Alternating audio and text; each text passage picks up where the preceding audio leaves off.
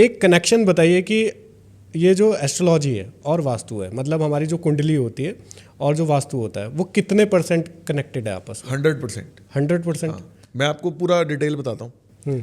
जब आप पैदा होते हो, आसमान में ग्रह नक्षत्रों की जो भी प्लेसमेंट है उसका स्क्रीनशॉट लिया जाता है, वो बन जाती है आपकी डेस्टिनी, आपकी पत्री, ठीक है। और आपका जीवन और मृत्यु कंट्रोलेबल नहीं है। ना तो आप लाइफ को कंट्रोल कर सकते, ना आप डेथ को कंट्रोल कर सकते। उसके बीच का जो है ना वो कंट्रोलेबल है, ठीक है। अब वो तो परमात्मा ने तय किया ना कि तू इस समय पैदा होगा।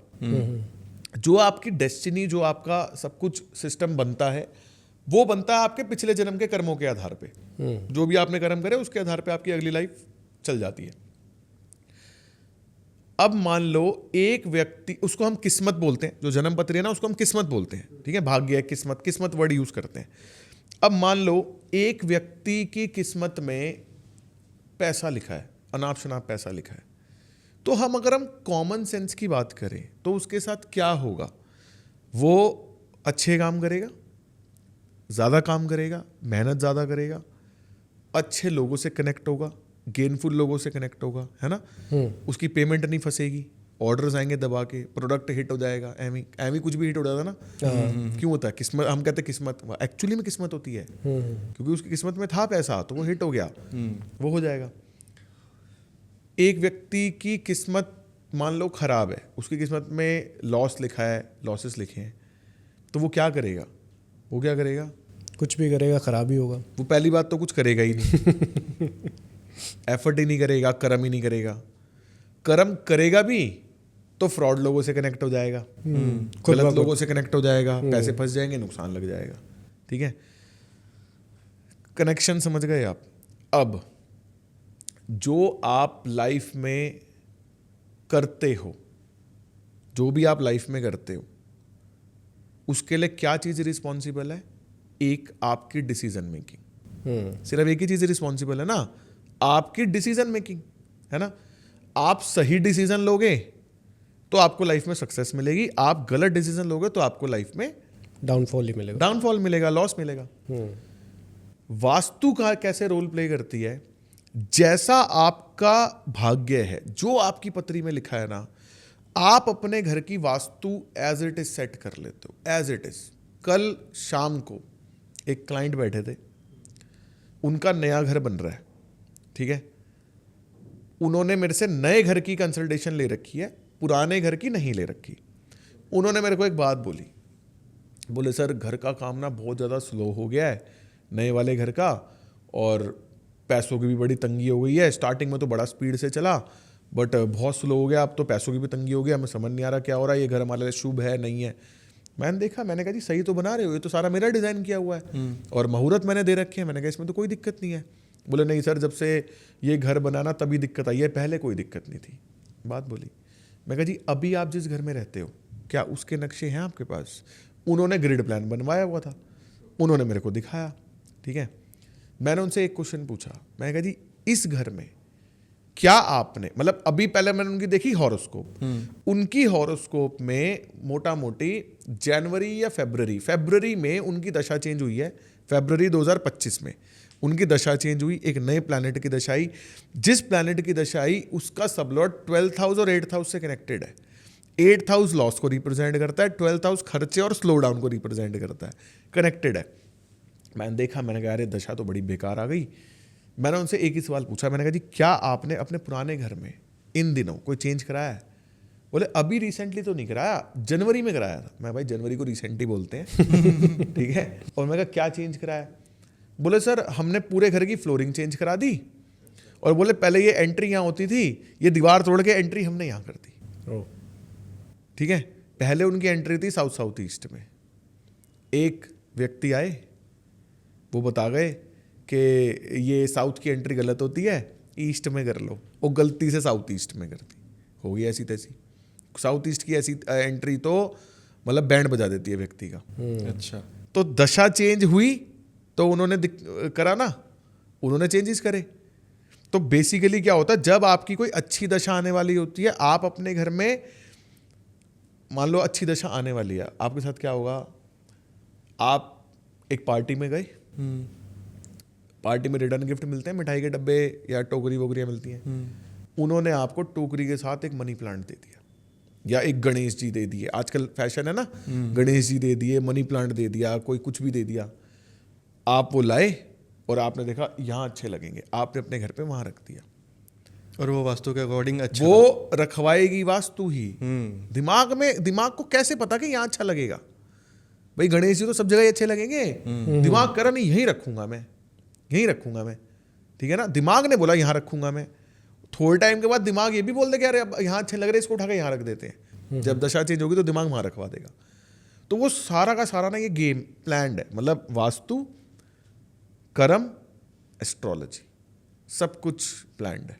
ओके अब इसमें ना क्या होता है, हम क्या करते हैं, मान लो आपकी किस्मत खराब है, किसी व्यक्ति की किस्मत खराब है, तो हमें ये पता है कि उसकी पत्री देख के कि इसके घर पे वास्तु में कहाँ पे क्या होगा। किसी का प्लैनेट अगर 12th हाउस में बैठा है तो मुझे ये पता है कि इसके घर में ईस्ट साउथ ईस्ट में इस प्लैनेट का सामान पड़ा होगा। मैं उस प्लैनेट के सामान को उठा के, मुझे पता है कि मुझे 7वें घर में रखना है, मुझे 11वें में रखना है, मुझे 4थे में रखना है, मैं वहाँ जाके प्लेस कर दूंगा।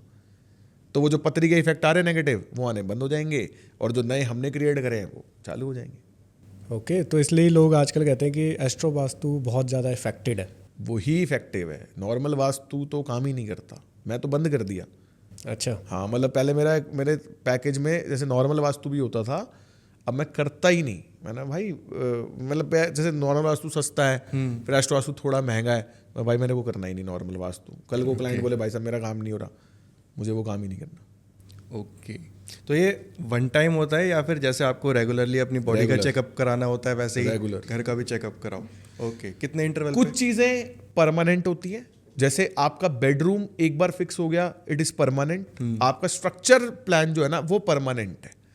जैसे जैसे आपकी दशा चेंज होती रहेगी, थोड़े बहुत बदलाव आपको करने पड़ सकते हैं। वो भी मैं अगर मान लो एक बार मैंने प्लान कर दिया, मेरी तरफ से वो फुल एंड फाइनल है, बट आप अपने घर में कुछ ना कुछ लाते रहोगे या गिफ्ट आता रहेगा, तो नया फर्नीचर, नया गिफ्ट, हाँ, कुछ भी। कुछ ना कुछ वो चेक करना पड़ता है बस एक बार। तो सर कोई अगर हमारा व्यूवर है वो भी नया घर प्लान कर रहा है, तो कैसा उनका प्लान जो होना चाहिए वो किस तरीके का होना चाहिए?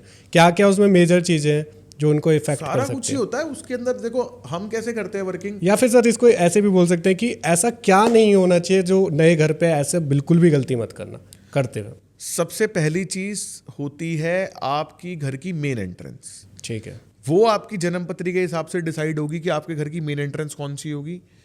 उसके बाद आप उस फेसिंग का प्लॉट लोगे। जैसे मान लो मैंने बोला भाई आपको नॉर्थ की एंट्री आपके लिए अच्छी है, और अगर आप साउथ फेसिंग प्लॉट ले लो तो वो तो फिर नॉर्थ की एंट्री बनेगी नहीं ना। तो सबसे पहले हम क्लाइंट को बताते हैं आपके लिए नॉर्थ, जैसे मैं ये बोलता हूँ भाई ईस्ट नहीं लेना, बाकी जो मिले ले ले। ठीक है, ठीक है, साउथ ले ले, नॉर्थ ले ले, वेस्ट ले ले, ईस्ट नहीं लेना। या मैं बोलता हूँ साउथ नहीं लेना और ईस्ट मिल जाए, मतलब प्रायोरिटी दे दी कि भाई नॉर्थ फर्स्ट प्रायोरिटी है, ईस्ट सेकंड प्रायोरिटी है, वेस्ट थर्ड प्रायोरिटी। ऐसे करके उन्होंने प्लॉट फाइनल कर लिया। प्लॉट फाइनल करने के बाद उनके नक्शे डिज़ाइन होते हैं। नक्शे के अंदर वही बेसिक चीज़ें, मतलब अगर हमसे डिज़ाइन करा तो हम तो जन्म पत्री से डिज़ाइन कर देंगे। बेसिक चीज़ों की अगर मैं बात करूँ तो जो पॉजिटिव 16 दिशाएं हैं, मतलब 16 में से जो पॉजिटिव हैं उनमें बेडरूम्स प्लान कर लो। किचन अपनी वही फायर की दिशा में, south east, south south east और साउथ में प्लान कर लो। साउथ साउथ वेस्ट और वेस्ट नॉर्थ वेस्ट में टॉयलेट्स प्लान कर लो। बाकी अगर और कहीं पे लेने हैं तो नॉर्थ ईस्ट में, साउथ ईस्ट में, साउथ वेस्ट और नॉर्थ वेस्ट, जो 4 कोने की दिशाएं होती हैं उनमें टॉयलेट्स नहीं आने चाहिए। ओके, बिल्कुल नहीं आने चाहिए। वहाँ पे आ रहे हैं तो वहाँ मत लो, इधर उधर ले लो। उसमें स्ट्रिप्स लगा के, मेटल की पत्तियाँ लगा के, कलर टेप्स लगा के बैलेंस हो जाती हैं। ठीक है। वो बैलेंस कर लो और बाकी नॉर्मल। तो सर अगर किसी ने, कई बार ऐसा भी होता है, 2 तरीके के होते हैं, कई लोग ऐसा होता है कि वो कहते हैं नहीं जो आपने कर दिया है उसको तोड़ फोड़ के ही ठीक किया जा सकता है, और जो कई लोग ऐसे होते हैं कि टेप लगा दो, ये लगा दो, तो कौन सा करेक्ट है?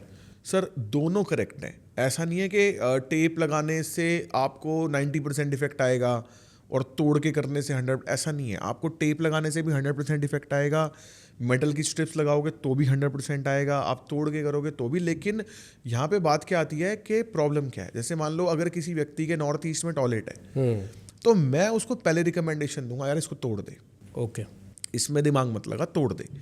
अगर वो नहीं तोड़ सकता तो मैं उसको बोलूंगा कि इसमें ग्रीन टेप लगा ले, प्लस इसके ढक्कन को बंद रख, खुला मत छोड़। इसी ग्रीन टेप से रिलेटेड आपके लास्ट पॉडकास्ट पे एक कमेंट आया था कि सर अगर ग्रीन टेप की जगह हम उसे ट्रीट करने के लिए पूरी फ्लोर की टाइल वहाँ पे ग्रीन करा लें तो वो भी चलेगा? हाँ चलेगा। इसी के साथ में इसी पॉडकास्ट में एक कमेंट आया था कि जैसे फ्लोर्स में हम बात करते हैं, बिल्डर फ्लोर में बीच में आपका बेडरूम है, एक साइड में एक बाथरूम है, पीछे साइड दूसरा बाथरूम है, तो उसका भी कुछ ऐसा खराब इम्पैक्ट होता है? नहीं खराब इम्पैक्ट किसी भी डायरेक्शन में। वो टॉयलेट्स को आप अलग तरीके से देखोगे। बेडरूम ऐसा नहीं है कि आप नीचे सो रहे हो, नीचे बेडरूम है, ऊपर टॉयलेट है या नीचे किचन है, उसका कोई इफेक्ट नहीं है। ऑन सेम फ्लोर की एक फ्लोर है, आप सिर्फ ये देखोगे आप कहाँ सो रहे हो। ओके, आप जहां सो रहे हो उस दिशा का अलग इफेक्ट आएगा आपके ऊपर, टॉयलेट का अपना इफेक्ट आएगा पर्टिकुलर दिशा में, और ऊपर नीचे जो है उसका अलग इफेक्ट है। मतलब ये रील्स भी किसी ने पता नहीं किसने डाली थी कि आप सो रहे हो उसके ऊपर टॉयलेट है तो वो आपके लिए बेकार है। ऐसा कुछ नहीं है, बकवास है ये। अच्छा, ऐसा नहीं होता। बिल्कुल वैसे ऐसा बकवास कैसे है। हो सकता है? ऐसा तो बिल्डिंग्स होती हैं सर इतनी सारी, तो उसमें कैसे हो जाएगा?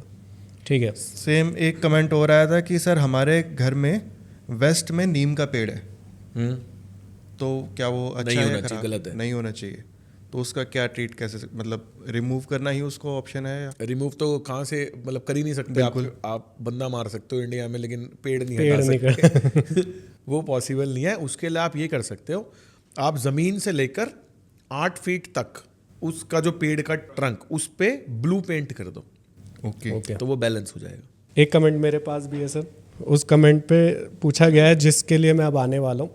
वो था, एक तो आपने अभी बता दे कि क्या होना चाहिए क्या नहीं होना चाहिए। अभी मेरे को पूछना है कि नया घर ले रहा है कोई, तो पैसे कैसे बढ़ेंगे उसके, वो तीसरा चौथा पांचवा घर ले तो वो क्या मेंटेन करे उस घर के अंदर? ऐसा सबसे पहली चीज, जैसा कि मैंने आपको बताया, एंट्रेंस। ओके। ठीक है, देखो एंट्रेंस जो है ना, वास्तुशास्त्र में ना 80-85% आपके घर की एंट्रेंस जो है ना आपकी पूरी डेस्टिनी डिसाइड कर देती है। ओके। अगर आपकी एंट्रेंस पावरफुल है ना, बिल्कुल मतलब पावरफुल है, आपकी हॉरोस्कोप के हिसाब से सूट करती है, 3rd और 4th नंबर की है, जैसे टोटल वास्तु में 32 एंट्रेंसेज हैं।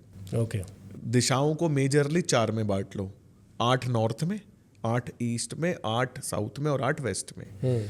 जो ऊपर नॉर्थ की 8 है उसका नाम होता है N1, N2, N3, N4, N5, N6, N7, N8। Okay, ऐसे E1 to E8, ऐसी साउथ और ऐसी waste. N3, N4, E3, E4, S3, S4 और W3, W4। ये जो 8 एंट्रेंसेज है ना, ये राजाओं की एंट्रेंस है। अच्छा, अगर आपको इनमें से तीसरे और चौथे नंबर की कोई भी एंट्रेंस अगर आपको मिल गई ना, आप राजाओ, मतलब आप तबाही मचा दोगे फिर मार्केट में, तीसरे चौथे की एंट्रेंस में। तो आपको घर में कहीं कुछ भी मिले, सबसे पहली चीज आपको देखनी है, भाई मेरे को एंट्री तीसरे चौथे नंबर की लेनी है। ओके। ठीक है, बस अगर उसने एंट्री तीसरे चौथे नंबर की ले ली ना, अगर मान लो जैसे मेरे जो क्लाइंट्स हैं ना, मैं उनको भी बोलता हूँ कि मैंने कहा भाई घर डिज़ाइन कर रहा हूँ, पर मेरे को वादा कर कि भूलेगा नहीं बाद में।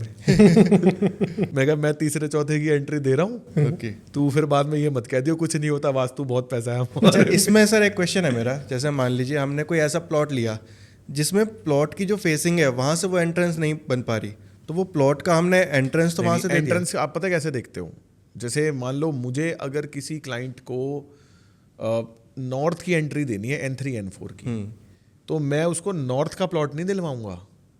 अच्छा। मैं उसको या तो ईस्ट फेसिंग दिलवाऊंगा या वेस्ट फेसिंग दिलवाऊंगा, क्योंकि नीचे तो स्टिल्ट पार्किंग बनती है ना।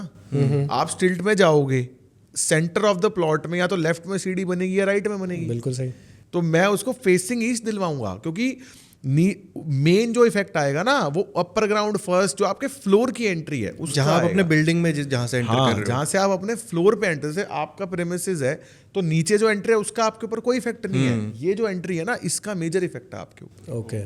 तो वैसे तो ये पता नहीं कैसा सा क्वेश्चन होगा, पर क्या हमारे रूम की एंट्रीज भी उसमें होती नहीं, रूम की एंट्री काम नहीं करती, आपके पूरे फ्लोर की एंट्री देखी जाएगी। ओके। एक क्वेश्चन और है सर, वो कह रहे हैं कि आपको गुरुजी नमस्ते बोल रहे हैं पहले तो। दूसरा ये है कि बिजनेस है उनका इसका पूजा का और मूर्तियों का, ठीक है, पर वो चल नहीं रहा है काफ़ी टाइम से, तो ऐसा क्या करूं? वो वास्तुअभिषेक.com पे जाके कंसल्टेशन पैकेजेस ले लें गुरुजी के, चल जाएगा। तब बता देंगे थोड़ा सा, पर तब भी सर एक नॉर्थ जर्नल ईस्ट में पिरामिड लगा सकते हैं, क्योंकि जैसा कि इन्होंने बताया कि इनका पूजा पाठ से रिलेटेड बिजनेस है, तो पूजा पाठ की जो दिशा है एक्चुअली में वो नॉर्थ ईस्ट है, धर्म की पूजा पाठ की दिशा है। अब ये इनके क्वेश्चन है ना, एक टॉपिक बताता हूँ आप। लोग क्या करते हैं, सारा वास्तु कर लेते हैं, सारी दिशाएं बैलेंस कर देते हैं, सब कुछ कर देते हैं, बट एक्चुअली में होता क्या है, आपको जो 16 जोन्स है ना, उनको बैलेंस करने के बाद एक पर्टिकुलर जोन को बूस्ट भी करना पड़ता है जो आपको पैसा देता है। अच्छा, वो डिपेंड करता है आप क्या धंधा कर रहे हो। Okay okay. जैसे मान लो आप मार्केटिंग के बिजनेस में हो, जैसे आपकी बात करें, आप डिजिटल मार्केटिंग के बिजनेस में जी, आपके लिए जो मोस्ट पावरफुल जोन है वो ईस्ट का जोन है। अच्छा, ठीक है, आपके लिए मैं आपको 2 रेमेडीज बताता हूं। आपको ईस्ट में 2 पार्ट्स होते हैं, एक E4 एक E5। आपको E4 में इंद्रदेव लगाने हैं, E5 में सन लगाना है। इंद्रदेव की कोई पिक्चर? इंद्रदेव, ब्रास के इंद्रदेव की मूर्ति आती है। ओके, इन E4 में इंद्रदेव की मूर्ति लगानी है किसी टेबल पे, और E5 में जमीन से 7 फीट ऊंचा ब्रास का सूर्यदेव टांगना है, हैंग करना है। ओके, उसके बाद आप लगा के डेट नोट कर लेना जिस दिन लगाओ। आफ्टर 60 डेज मेरे को बताना। अच्छा, वो E4 E5 मैं मार्क कर दूंगा, क्योंकि आप वो मार्केटिंग, डिजिटल मार्केटिंग के बिजनेस में। अब मान लो एक व्यक्ति फाइनेंस के बिजनेस में है, उसका काम ही पैसा, उसके लिए जो आइडियल डायरेक्शन है वो पैसे की डायरेक्शन है। कौन सी? South east. उसको अपने घर में साउथ ईस्ट को बूस्ट करना जरूरी है। बैलेंस तो एक हो गया, जैसे इसलिए इन्होंने जो बोला ना कि मेरा पूजा पाठ का और मूर्तियों का काम है, भगवान की मूर्तियों का काम है, तो भगवान की पूजा पाठ की कौन सी दिशा? North east. तो नॉर्थ ईस्ट में अगर ये पिरामिड लगा दें तो इनकी नॉर्थ ईस्ट की दिशा 108 गुना बढ़ जाएगी। अच्छा, बूस्ट हो जाएगी। ओके, उसके मतलब एक बाद बैलेंस करना अलग है और एक बूस्ट करना। बूस्टर जरूरी होता है। ओके। और सर जैसे अभी हम लोग पैसे की बात कर ही रहे हैं, तो घर के अंदर ऐसी कौन सी चीज़ होती है जो पैसे को रुकने ही नहीं देती वास्तु के हिसाब से? सबसे पहले खर्चा। अगर अननेसेसरी खर्चा है, अनाप शनाप खर्चा है, तो ये भी वास्तु करवाता है? हाँ हाँ, अच्छा। एक तो खर्चा। अब खर्चा कई चीज़ों में हो सकता है। अब मान लो चलते चलते एसी खराब हो गया, ठीक ही नहीं हो रहा, बिल्कुल। खर्चा। मान लो गैस निकल गई, फिर 3500 रुपये लग गए गैस डलवाने के, है ना। तबीयत खराब चल रही है, तबीयत खराब हो गई, हॉस्पिटल डॉक्टर के खर्चे, मेडिसिन के खर्चे, फिर उसके बाद मान लो गाड़ी ठुक गई चलते चलते, फिर खर्चा, है ना। तो एक तो सबसे पहले खर्चा, दूसरा सेविंग्स। अब ये खर्चा और सेविंग्स आपस में इंटरकनेक्टेड है, ठीक है। बाकी मैं एक ना एक्टिविटी कराता हूँ अपने क्लाइंट्स से भी, स्टूडेंट्स से भी, लोगों से भी, जो लोग ये बोलते हैं कि ना मेरी लाइफ में खर्चे बहुत ज़्यादा हैं, तो मैं एक एक्टिविटी कराता हूँ। मैं उनको बोलता हूँ भाई एक पेन पेपर ले लो, तुम्हारा जो भी खर्चा है ना A to Z तुम इस पर लिख दो। तुमने 2 रुपये की टॉफ़ी भी अगर खाई है ना तो लिख दो 2 rupees spent in toffee. Everything, सारे खर्चे लिख दो।